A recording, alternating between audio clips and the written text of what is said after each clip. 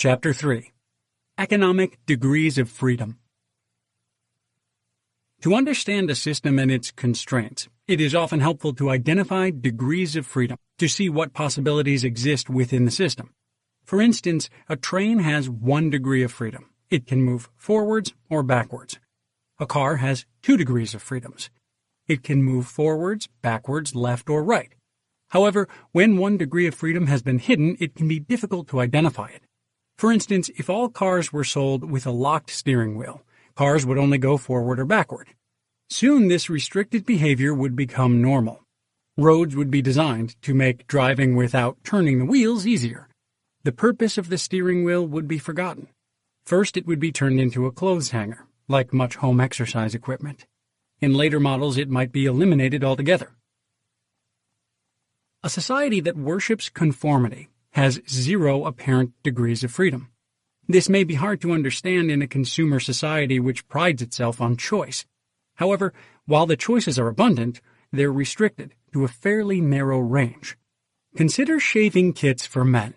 These are restricted to various multi-bladed safety razors, in which a below-cost handle locks the consumer into a product line, after which more expensive replacement blades can be sold to recover the cost. It's getting increasingly hard to find the old flat single safety razor blades that can be sharpened. A straight razor can only be bought from barbershops, hairdressers, or specialized shops on the internet. Not shaving at all is sure to make a person stand out.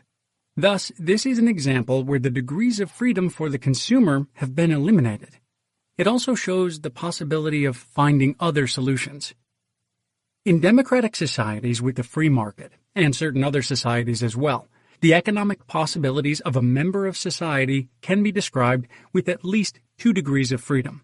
This domain of economic behaviors is divided into 4 quadrants, existing on 2 axes, with the y-axis describing the linearity of the person's activities, and the x-axis describing the coupling between the person and the activities, typically through an economic system.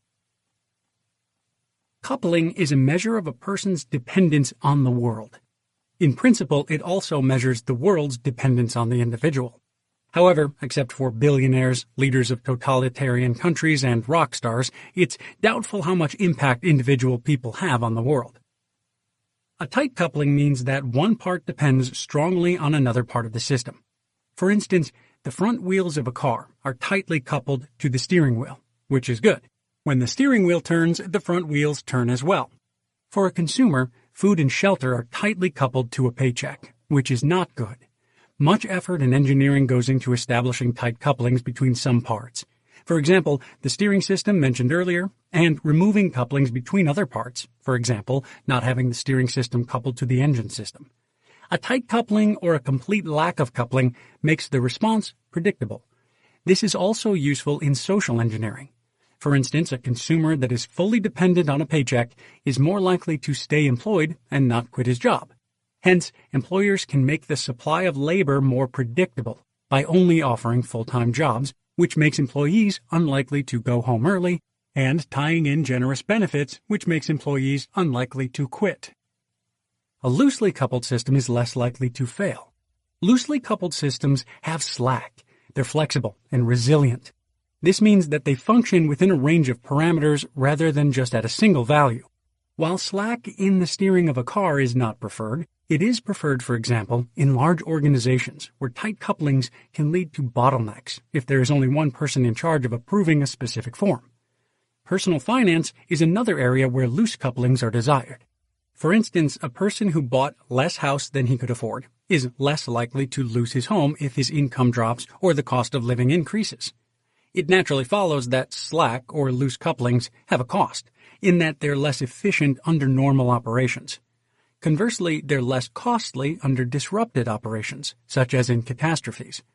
Changing the tightness or looseness of a coupling is therefore a way of adjusting risk versus profit. Here, risk is defined as uncertainty rather than loss. Linearity is different from coupling. The opposite of linear is nonlinear. In general, nonlinear processes and activities have feedbacks which influence the process itself, changing it, while linear processes lack feedback.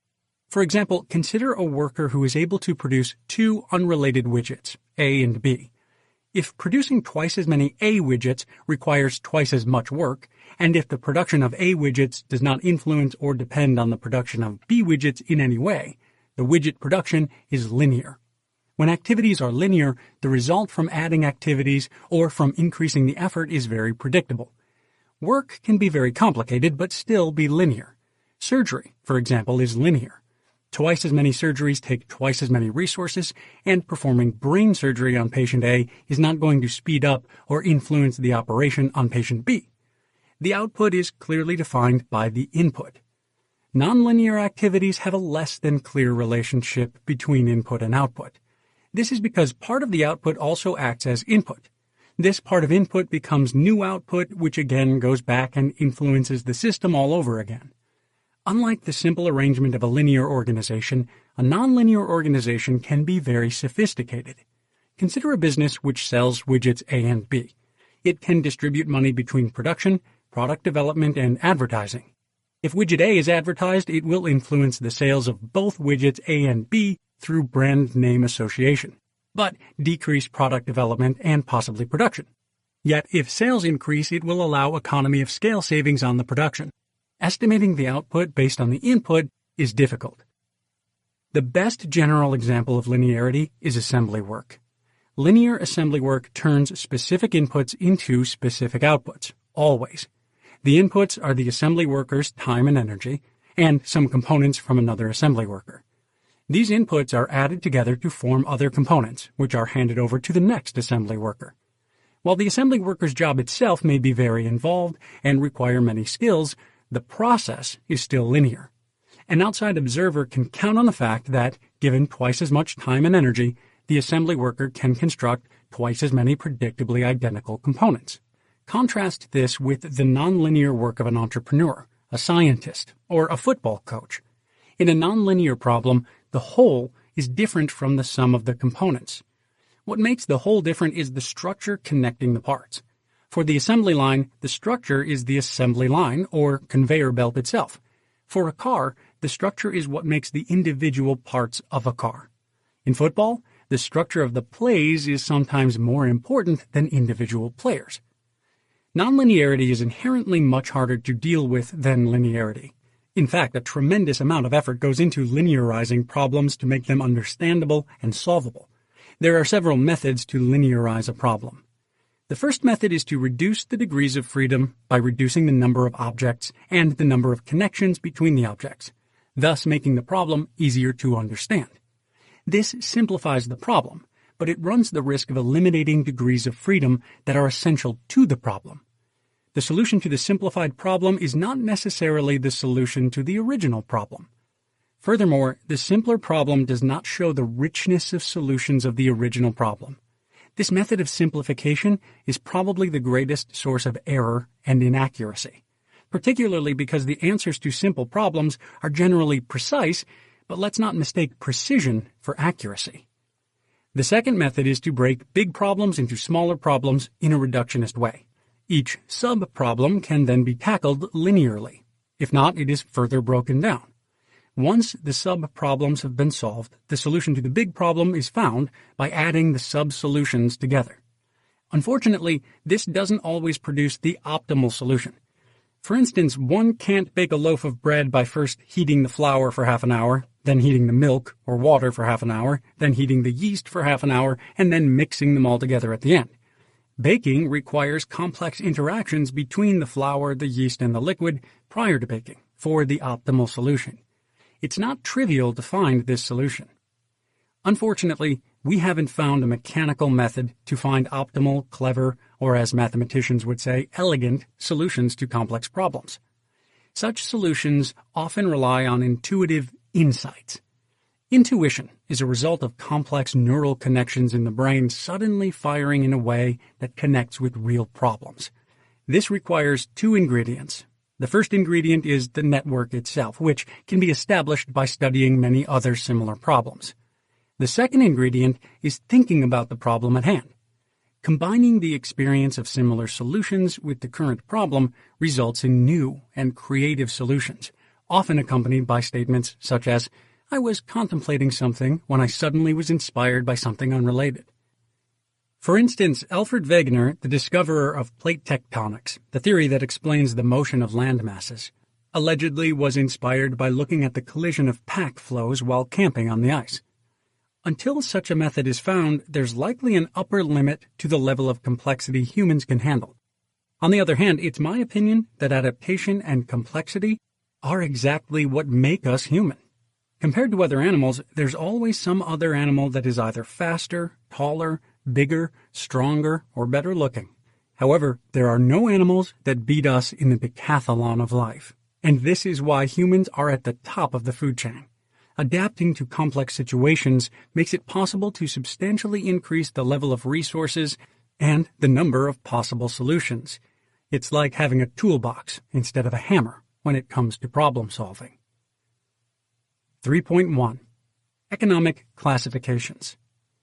The 2 degrees of freedom, linearity, and coupling describe 4 different types of person.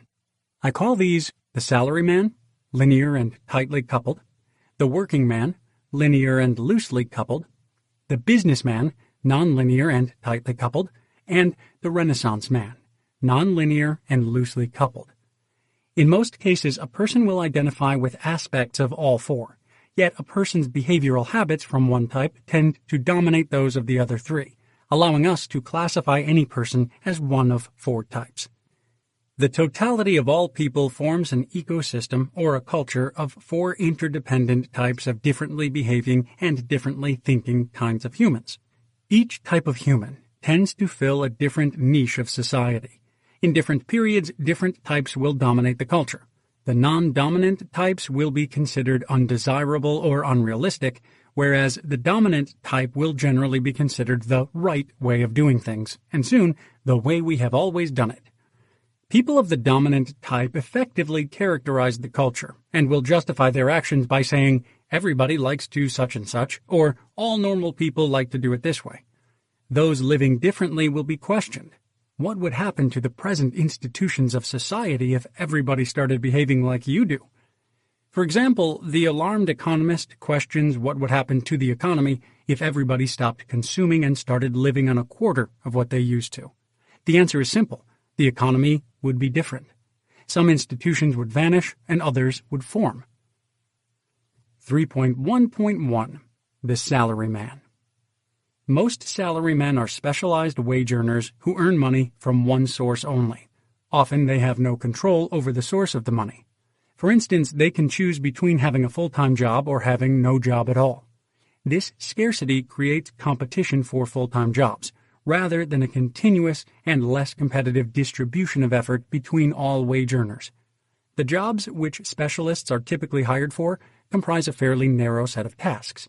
Their job is to use certain resources and turn them into certain parts of a final product.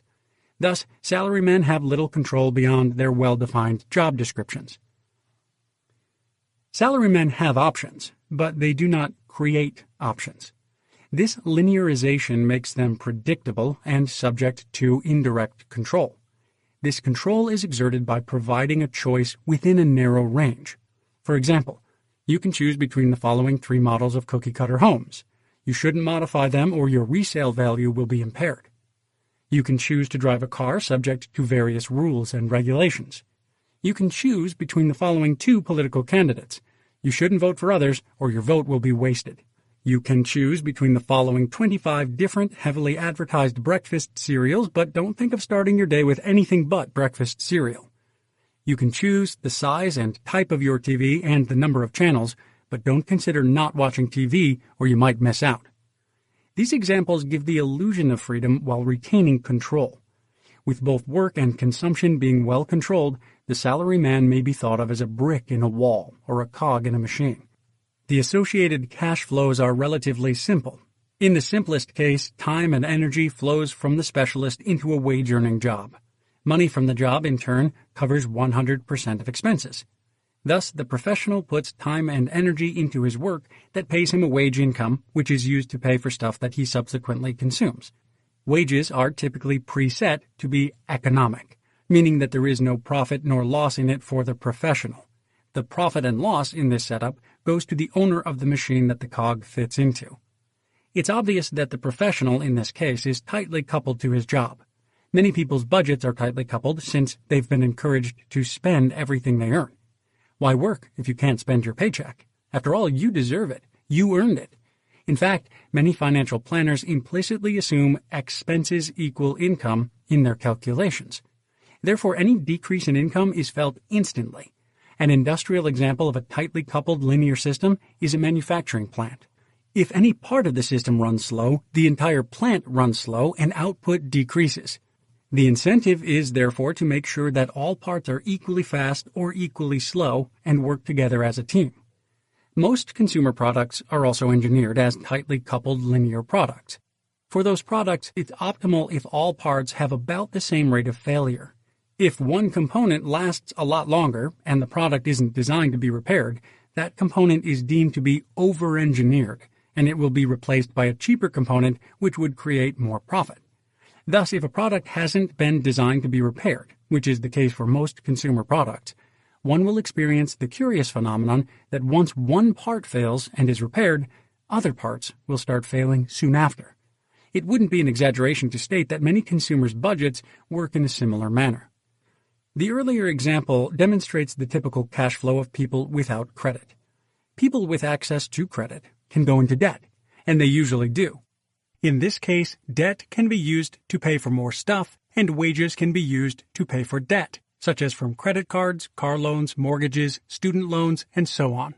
This allows people to buy more than they can presently afford in exchange for less income in the future. Few people pay cash anymore, and financial success depends on being good at managing debt. As an ironic twist, like grade point averages in school, debt management skills are also evaluated in a single number, called a credit score. It's not clear exactly how a credit score is computed, and therefore much time is spent trying to outguess the system. Personal finance, as opposed to business finance, operates on the concept of consumption smoothing, also known as fake it until you make it, as it allows consumers to buy products which they presently can't afford due to lack of savings, but will be able to afford by making payments over time. Unlike a business which invests the money in assets with a higher return, allowing businesses to use debt as a leverage, consumers invest in higher consumption. The lack of return on assets to pay the interest means they must either work harder or longer for their consumption, and so they do. Add lifestyle inflation, and you have a process that inherently demands more and more work, while quite possibly providing less and less contentment. This is the definition of a wage slave. Wage slaves are free to change their job, but they're not free to quit their job. Wage slaves are free to choose other products as long as they can afford it, but they're not capable of creating alternatives to buying products because they're too busy working. 3.1.2. The Working Man. A working man is someone who doesn't collect a salary or other associated benefits. His income is uncertain, possibly because he takes on smaller projects that only last days, weeks, or perhaps months, and he knows and plans for this. It's likely he does some form of freelance consulting or works for multiple employers in short order, one at a time.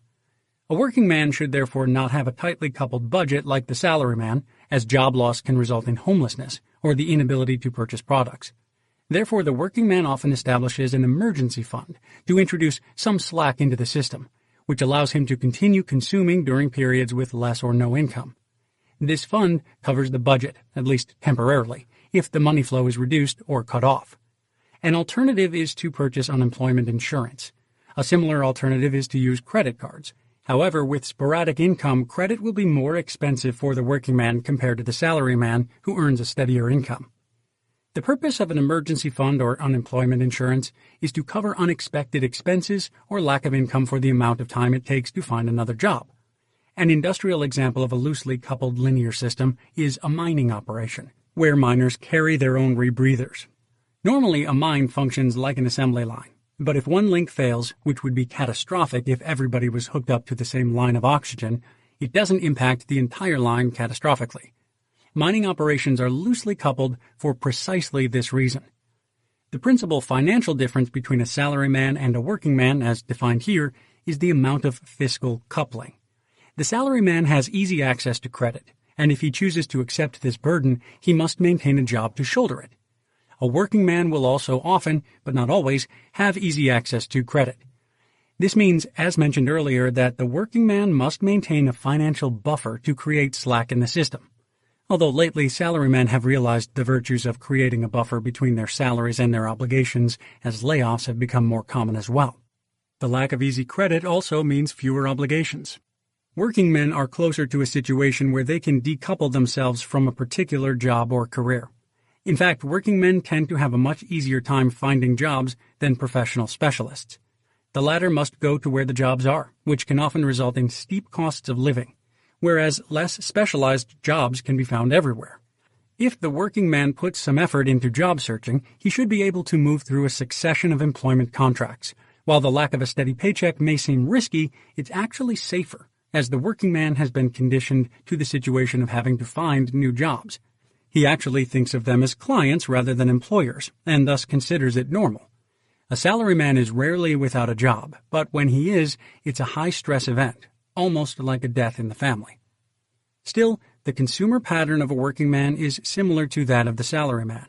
As working men generally earn less, there's a drive — you only need to watch a commercial from your local college to see how this works — from the working class to the salaried class, as the latter is able to spend more and hence is perceived to live a better life. The public perception of a link between cost of living and quality of life is strong.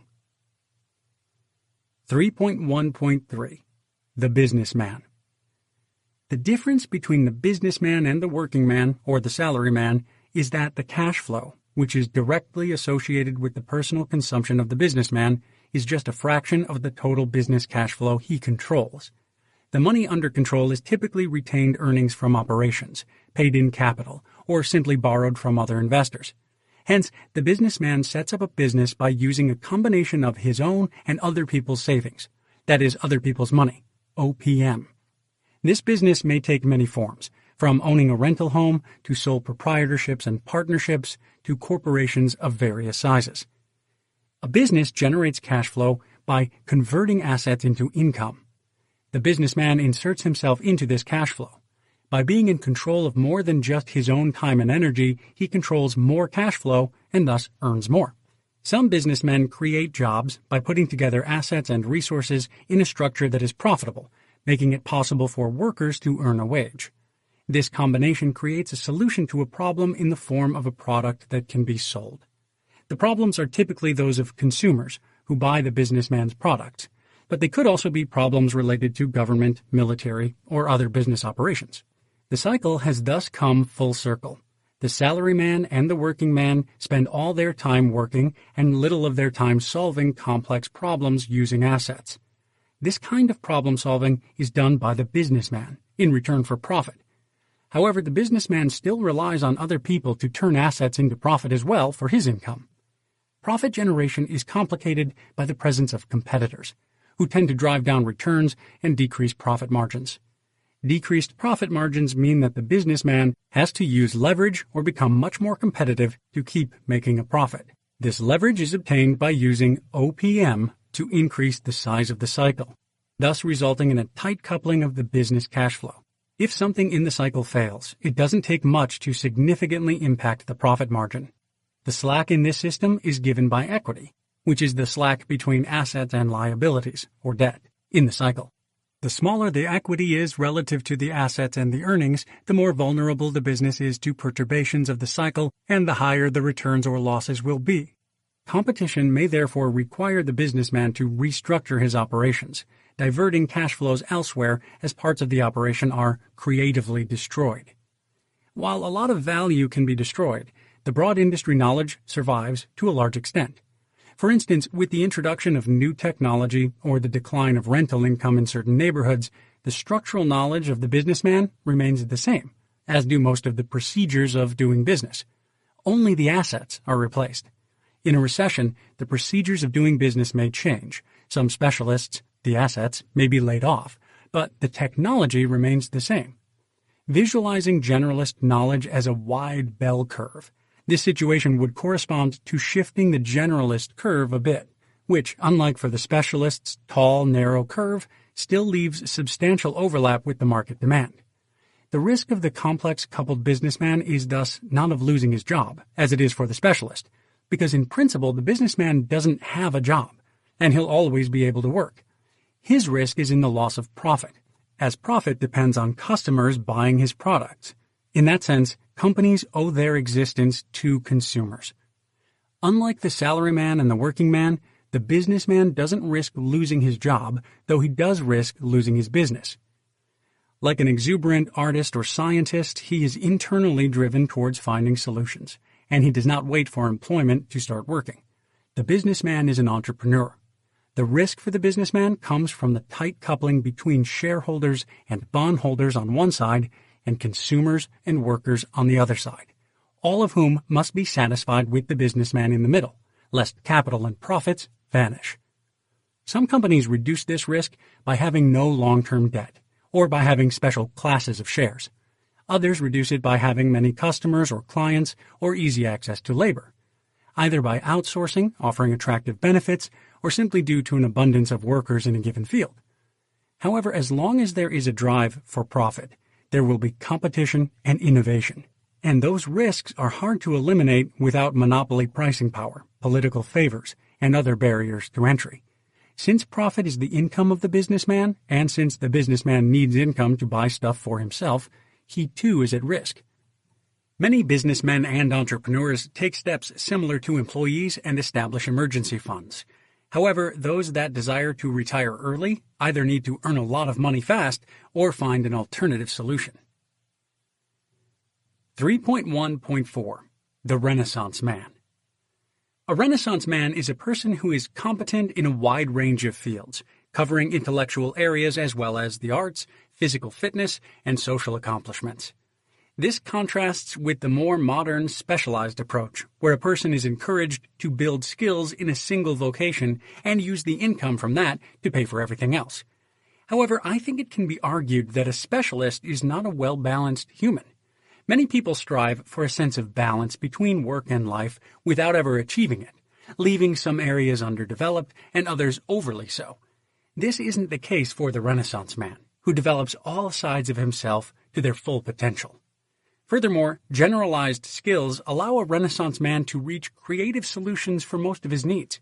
Because of his ability to solve problems, the Renaissance man is fairly independent of the marketplace, since he no longer has to buy nearly as much to satisfy his needs.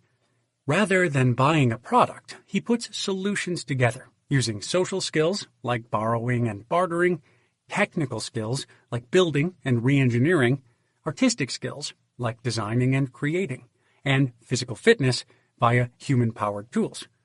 Buying less means that he doesn't require millions to reach financial independence. For the money he needs, jobs are much easier to find. The Renaissance man can apply for different jobs in different fields rather than just a single one. Although they don't pay as well as a highly specialized career job, less money is needed. Complex solutions based on multiple different skills don't require leverage. They may result in profit, but profit is merely a side effect of the construction, and therefore the Renaissance man isn't subject to the same risk as the businessman. The main purpose of the Renaissance man is to solve a problem as a human, rather than as part of the work-spend system. The Renaissance man is capable of many different things and doesn't restrict himself to vocational skills. He does his own taxes and researches his own investments. He can fix a computer or a broken appliance. He knows how to drive and fix a car, but he has enough time and athletic ability to ride his bicycle 20 miles instead, or run 5 miles to get groceries. Physically, he keeps up with people decades younger than himself. He can play an instrument, dance, paint, or write creatively. He can create interesting meals from scratch rather than recipe. Socially, he knows who to ask for help, who needs help, and how to put people together to efficiently solve problems. He is a leader or an inspiration to other people, whether it is personal, local, national, or global. The Renaissance man has the best of all worlds. Referring back to the domain of economic behavior, we can place the salaryman in the bottom right quadrant, linear and tightly coupled, the working man in the bottom left quadrant, linear and loosely coupled, the businessman in the top right quadrant, nonlinear and tightly coupled, and the Renaissance man in the top left quadrant, nonlinear and loosely coupled. Thus, we can draw a line of increasing job dependence from the highly independent Renaissance man to the highly dependent salaryman. with the working man and the businessman having a sort of semi-dependence. Similarly, we can draw a line of increasing asset independence from the highly independent working man to the highly dependent businessman. This can be thought of as an alternative 4 types or a further splitting into octants to more precisely describe the leanings of a person. In the latter case, each of the 4 types falls into a given wing. For example, a Renaissance man could be leaning towards asset-backed job independence of a businessman, or he could be leaning towards the jack-of-all-trades approach to job independence of a working man. Similarly, the salaryman could lean towards starting a side business or investing in stocks to provide more income to replace or add some of his job income, or he could reduce his need for job income by divesting some of the things he has financed and finding ways to do more and spend less. A working man with salaryman leanings could likewise engage in longer-term consulting projects. Independence is not something one has, rather it is something that one is. This is good news because it means that it is possible to change one's behavior and economic interactions in a way that fosters greater independence or less if so desired. The salaryman can work on reducing his dependence on money by learning and creating alternative solutions, thus reducing his dependence on a job. Such activities are best started through one's hobbies. Similarly, the working man can also learn to create solutions rather than buying them. In particular, it is quite likely that the working man will already be creating some of his own solutions, like car repair, lawn maintenance, plumbing, and so on. This could free up money for his legacy or charity, or the money could simply be used to buy time for early retirement. Finally, the businessman can discover other forms of profit than strictly monetary, like social and environmental. Health and good relations could just as easily be optimized, and when business size is subject to diminishing returns, why not aim for a smaller but more efficient business? That is, the business of finding solutions for just a handful of people, rather than leveraged solutions that control and serve thousands or millions of people. Doing this, the businessman will find that the leveraged bond eventually eases and money will flow to him freely. 3.2. Succession and the Cycle of Change. As mentioned in the previous section, different types dominate a culture during different periods. It's possible to model this change as an ecological succession of groups of 4 different agent species: Renaissance men, businessmen, salarymen, and working men, where each type feeds on the culture created by the previous type, but in turn sets up the next dominant type, which eventually will suppress and dominate it. In nature, succession is initiated by the formation of new, unoccupied habitat, for example, through lava flow, wildfires, or colonization. If soil is not present, the barren land is first populated by pioneer plants like moss and lichen that can live in cracks where water and dissolved minerals collect. These plants break down the rock into its mineral components and form soil when they decompose. The soil, whether already present or formed in the aforementioned process, is populated with annual weeds, which also die and contribute to the soil formation. Subsequently, perennial weeds, shrubs, and small trees like aspen or pine take over in competition for resources like sunlight. Larger trees like oak and elm subsequently block the sunlight for the shorter trees, which die out, and thus the habitat finally reaches what is known as a climax stage, or community, which is stable, barring any disruptions such as forest fires or lava flows, which restart the cycle. For an example of succession that is easier to relate to for a civilized person, consider how cookie-cutter housing developments easily populate undeveloped land, like weed seeds. These dwellings are unable to survive without cars forming long routes back to shopping centers in the city. As suburbia takes hold, strip malls appear closer to the development. These draw in more people, which increases the price of land and makes closer-spaced but higher-quality homes more economical. This in turn attracts small general shops, eventually forming a shopping street or downtown area. Sidewalks appear, followed by multi-story buildings in the city center. As the succession proceeds, old species like cars and sprawl are eliminated, eventually leading to the climax community of a city. The same thing occurs in the world of ideas. A group of people or a single person get a bright idea, which is completely different from all other ideas.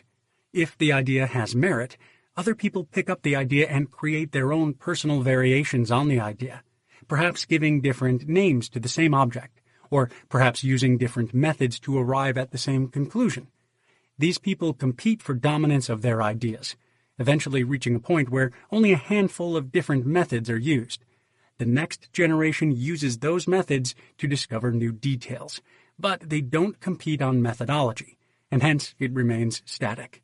As the intellectual field matures, the rate at which details are discovered increases. As competition grows more intense, the scope of discovery narrows, specialization increases, and politics becomes increasingly more important, as happens in any complex society where resources, in this case the number of remaining discoveries to be made, are no longer abundant. The idea has reached its climax stage, a point where no new understanding occurs, just increasingly smaller adjustments of the details. Some observations. Each species is adapted to thrive in a very specific environment. If the conditions change, the existing species will be outcompeted by a species which is better adapted to the new conditions. Succession occurs because the dominance of one species gradually changes the environment. These are the most important observations. Keep in mind that one species may be dependent on other species or live together with other species in communities. A community is known as a seral stage. Seral stages merge gradually into each other until they reach the climax stage. The climax stage is stable, but may change due to external or internal disruptive events, such as lava flow or the invention of the steam engine. 3.2.1 Ergodicity and Destiny. It is possible to change species. Regardless of the initial state or large bumps along the way, people gravitate toward the outcomes their behavior induces. As species have different types of behavior, one must change behavior to change species. There's no faking it, nor is there any buying it. People do not change due to a single clever idea. They are what they are based on the totality of their behavior. In other words, luck is only important in the short term. In the long term, luck has little to do with success. For instance, a financially irresponsible person doesn't become a millionaire by winning $1 million. He merely becomes a financially irresponsible person with $1 million, and eventually the lucky money will be gone. A person becomes a millionaire by becoming the sort of person who deserves $1 million. He keeps it by being the sort of person that does not risk it. Or he loses it by engaging in risky business. In the latter case, he'll likely quickly reacquire the money by starting another business, though. The statement that people end up where they deserve does not imply any moral judgment, nor does it imply any form of entitlement. In particular, it's not meant in the modern marketing sense that people deserve anything they can imagine. Rather, it means that attitudes combined with actions lead to habits, which over time tend to deliver certain deserved outcomes. The mathematical term for this property, or statistical connection, is ergodicity. In popular psychology, it's known by various other names, such as positive thinking, synchronicity, and praying. These concepts are often described as magical thinking because the new habitual actions which result from mentally focusing on a goal and the statistical connection with the actual outcome go unseen. This doesn't mean these methods don't work, they do, but not for the reasons their believers promote. However, understanding that they work due to the aggregate effect of many small but congruent actions, and using this understanding methodically makes transitions more effective. As an aside, it's interesting to note that the popularity of these books and methods increase if they also make the untrue statement that you can have whatever you want merely by wishing for it to come true. This only holds during periods of prosperity, as a rising tide lifts all boats. It is therefore not surprising that such books sell mainly during economic boom times. Yet, while there is no physical connection between wishing for something and actually achieving it, there's no denying that by making something a priority and constantly thinking about it, you will influence your actions. There are two additional ingredients to this. First, you must pick the right actions. Second, your vision must lead to a mission. That is, actions must be initiated. To give an example of the wrong way to go about it, imagine that your dream is to become a millionaire. A very common dream, to be sure. The wrong way to dream about the $1 million is obviously thinking about what you're going to spend the money on once you have it. If you dream like that for too long, Soon you'll find yourself spending money you don't have yet, rationalizing that it's okay because you'll have it someday. Many student loans are spent along this line of thinking. The right way is to realize that in order to become a millionaire, you must earn at least $1 million more than you spend. Your every thought should therefore be about how you can A, earn more money, and B, spend less money. Since $1 million is a lot more than many people earn, the majority of your thoughts must revolve around how to earn more money rather than how to spend less. Conversely, my dream was financial independence, which means that investment income safely covers expenses. Hence, I spent most of my time thinking about how I could A, lower my expenses, and B, increase my investment income. Hence, I didn't have a particular net worth in mind, nor did I think particularly hard about ways to make more money. Agency. Humans with an internal locus of control, the belief that they're in control and that they're the masters of their own destiny, possess agency. Agency resists and reduces stress. Anyone who has been out in the world for a while and experienced a lot of different situations has a good idea of what is normal, and thus can describe a bad situation as what it is, simply a bad situation. Conversely, people with less agency and a belief that they are not in control of their destiny are more likely to be stressed and to suffer the associated health effects. Combined with self-confidence, agency is the attitude that any problem can be fixed, given enough resources in the form of time, effort, and determination. This attitude rests either on a thorough knowledge of or training in what is to be done, or on the surety that such knowledge or training can be attained. This attitude is often transferable from one field to another completely unrelated field. Doing something that is considered very difficult, at least once in your life, is highly recommended. 3.3. Our current world. I submit that we currently live in a climax stage. We have a political model that is based on leading in the popular polls, a model where barely differentiated political leaders pretend to be different by steering voters away from important issues and onto subjects that, albeit emotional, are of little consequence to most people. A model where the election is won by the person with the best marketing and where consistency and integrity are irrelevant. We have an economic model that is based on pulling resources out of the ground and mostly turning them into unnecessary products, getting people to buy the products by convincing them that they need them, then getting them to throw the products away because they're obsolete. This makes people buy the next model and bury the other one in the ground.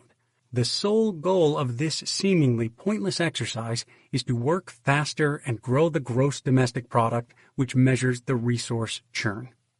We live in a world where the money necessary for our way of life comes out of a slit in the wall as long as we keep showing up for work. Yet only experts understand the fiat-based money credit system. We live in a world where food can be heated in a microwave oven at the touch of a button, yet only experts understand how this works. This goes for most of the other technology we use. All we know is that if we press this or that button, things magically happen. We are aware of large-scale problems, but most of us believe that we can't do anything about them. Instead, we believe in a mythical they who will find a solution, just like they have provided all this wonderful technology we surround ourselves with. We may be more technologically advanced as a group, and correctly but myopically hold up technology as our one indicator of progress. But in terms of individual understanding, we have not come far, and once again live according to old concepts. In fact, we might have turned a full cycle from the last climax stage, the Dark Ages. 3.3.1. Leaving the Dark Ages. The Dark Ages was characterized by an old and mature society set in its ways. Ruled from the top down by kings and governed by religion, it was a world of superstition and magical thinking, where the individual had few options and all cultural trends pointed towards more of the same. If you substitute kings with national governments, religion with the myth of progress and economic growth, and superstition with the widespread belief in technological fixes supplied by a small group of people who are mostly unable to explain their knowledge to outsiders, you'll see that this world was perhaps more similar than dissimilar to the modern world. It was a world ripe for new ideas. The Dark Ages gradually ended 6 centuries ago with the Renaissance, which seeded new ideas for a different world. The Renaissance ideal dominated our culture until 3 centuries ago, from the 14th to the 18th century, when it was superseded by modernism. Not surprisingly, this human ideal has almost been forgotten in our culture. The Renaissance, literally rebirth, was a revival and rediscovery of classical Greek and Roman culture following the decline of culture, trade, and technology during the Dark Ages. Human achievement was once again put into the center of human focus. A Renaissance man strove to develop his capabilities to their fullest extent. As mentioned previously, the colonization of new habitats, whether physical land, as in the discovery of a new continent, physiological land, as in breaking the 4-minute mile barrier, or intellectual land, as in the discovery of new ideas, immediately initiates a succession. As soon as those idea seeds were sown, businessmen took unstructured but complex ideas and started commercializing them. Competitively, it's easier, but also riskier, to gain an advantage by leveraging complexity than it is to specialize while keeping the slack of the loose coupling, because the latter requires a lot of effort. Businessmen essentially moved the structure from skilled artisans to factories by setting up a structure. At this stage, businessmen focus their efforts on competing with other businesses until the structures for production are settled in large companies. For example, a handful of computer companies instead of the initial hundreds. And the industry is fairly stable. While businessmen may behave in a cutthroat fashion toward other companies, they're fairly honest with their employees. There's a need for loyal employees to fill the jobs. And at this stage, the beginning of industry and the formation of the big corporations we still see today, the businessmen, the salarymen, and the working men form a natural symbiosis. The culture moves from growth to steady state when consumption equals production. At this point, all the niches have been fully filled and intercompany competition has reached a state of consolidation and ceasefire. Now the salarymen are motivated by fear of losing their job and a need to keep paying their bills rather than the desire to work for the best company. The focus is thus on following the rules set down by the businessmen to regulate the business. However, the spirit of those regulations are still directed towards the competitiveness of the company. Eventually, some discovered that they can maximize their personal benefit not by supporting the company, but by supporting themselves. In other words, they become decoupled from the business. They start thinking about their number, their money in retirement accounts, broker accounts, or net worth, and they develop a fascination with tax deductions and gain impressive resume writing and interviewing skills. The entire system moves to finance, services, and politics, all intangibles. Having forgotten the historical background of their cultural setup, people adopt firm social beliefs that any problem can be solved in the social sphere as long as someone is given enough money to make it happen. Any connection with nature and most connections with technology are lost. There's a belief that nature is irrelevant and that anything can be solved using the current methods, now technology, previously magic or praying. We have finally arrived at a stage where people will sell their soul to build their resume, as long as they don't break the law, where people will work in polluting manufacturing plants while being against greenhouse emissions. This progression follows a clockwise cycle around the domain of economic behaviors, which describes the full development of a field. Each of the 4 types of people will be dominant at some point during this progression. 3.4. The next generation. When a new field is invented, it's not the salarymen, the businessmen, or the working men who dominate it. It's the inventors, the Renaissance men. A new field does not need to be commercial, nor does it need to sweep the world or usher in a new era. Whether it's raising goats or a family, starting an ecological community or an IT company, or preparing for the end of the world, the Renaissance man is the one who will get it done. For several generations, many people have been preoccupied with the mundane details of earning and buying as an end rather than a means. They spend their most productive hours and years in a job which they don't really care about, after which they go home exhausted to deal with spouse, kids, dinner, bills, trying to keep up with the neighbors, and languishing in front of the TV because they have little energy left.